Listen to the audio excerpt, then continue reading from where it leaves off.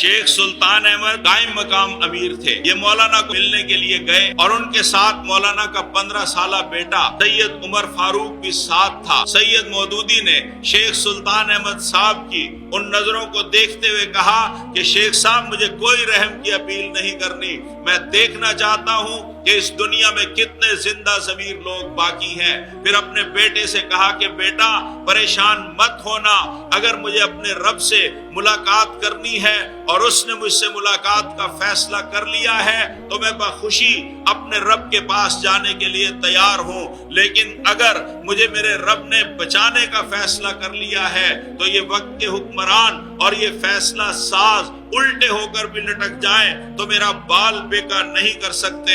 सैयद अबुल आला मौदूदी ने इस हौसले के साथ ये जुमले इरशाद फरमाए।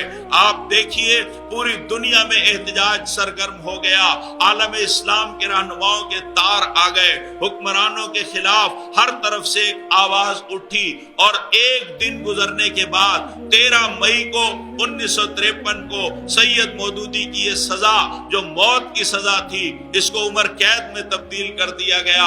माहिरुल कादरी ने उस जमाने में लिखा कि तेरी फिक्रे रसा ने खाक के जर्रों को चमकाया कि तू सचमुच फलक से चांद तारे तोड़ कर लाया।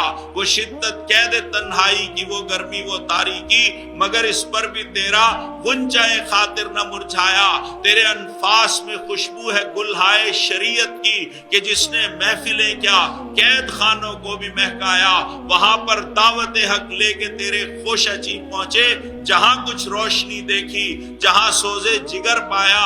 फसुर्दा हो नहीं सकते, किसी से दब नहीं सकते वो शोले जिनको तेरी जुम्बिशे दामन ने भड़काया। यकीनन इस तेरी जुर्रत को दुनिया याद रखेगी, सजाए मौत सुनकर भी न पेशानी पे बल आया।